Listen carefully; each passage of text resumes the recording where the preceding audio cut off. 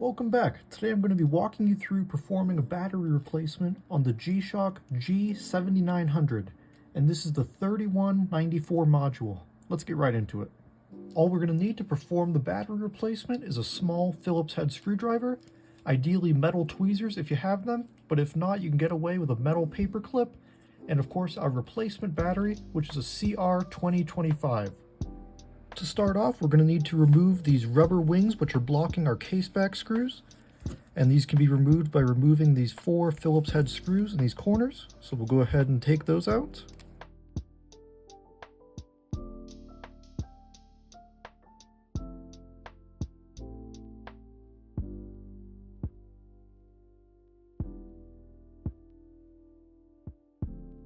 Next, I wanted to quickly note you do not have to remove these straps, but I'm going to go ahead and remove them just so you guys can see what I'm doing a little bit easier.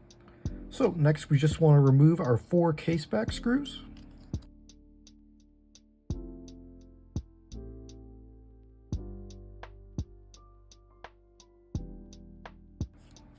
And then set those aside somewhere where we will not lose them. Now we can go ahead and remove our case back, and don't worry if your rubber gasket comes off with it, sometimes it gets stuck. We'll put that in place, no problem. Next, we simply want to use our fingers or tweezers and remove this plastic layer. Now to remove our old battery. You don't have to peel this sticker back, but I peeled it back just so you can see what I'm doing.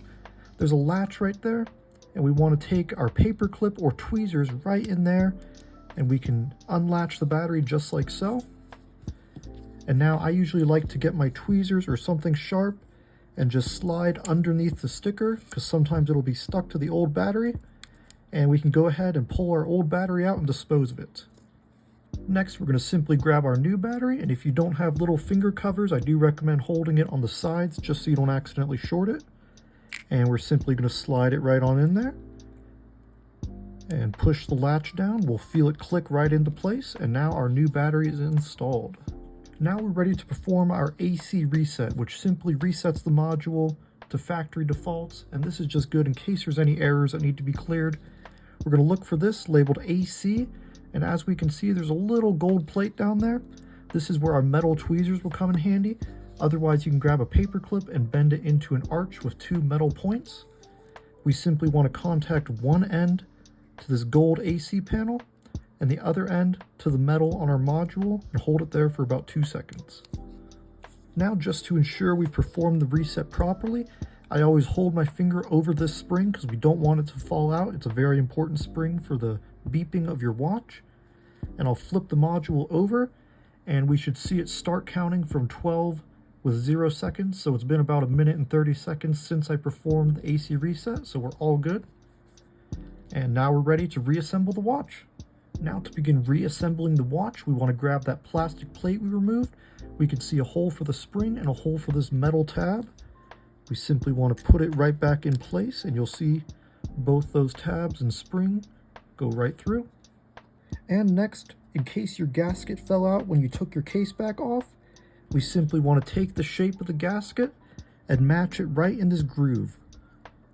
So we can see there's a little tab sticking down on the bottom. We just want to lay it right in there, make sure it's perfectly in the groove, and now our gasket is reinstalled. Now we're ready to reinstall our case back, so we want to pay attention. This is the bottom, this is the top. We want to make sure that our Casio and Shock Resist logo is properly oriented. So we're simply going to drop it right in the groove, and now we're ready to put our case back screws in. I usually like to hold my thumb on the case back just to make sure it stays in place, and then place my screws in, and now we can just snug them up. Be sure not to go too tight. They just need to be snug. These are very easy to break, and they're easy to strip the heads on, so do be cautious.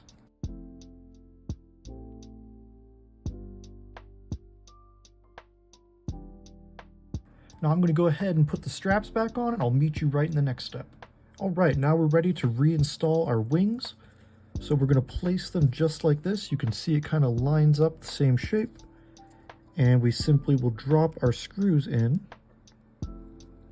And sometimes you'll kind of just have to fish them around, but they'll eventually go right in. And these two, just snug. They don't need to be super tight.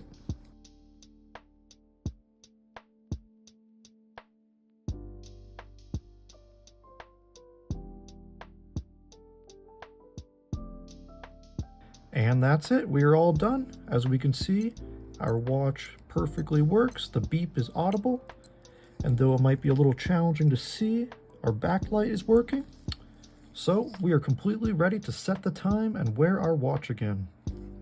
Thank you guys so much for joining me in this tutorial. I really hope that it was helpful, clear, and to the point.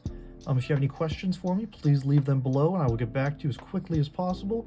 And if you're interested in more tutorials and more watch-related content, please do subscribe to the channel. I'm going to be covering a wide range of G-Shock, Baby G, and normal Casio products, so please stay tuned for more. Thank you guys. Take care.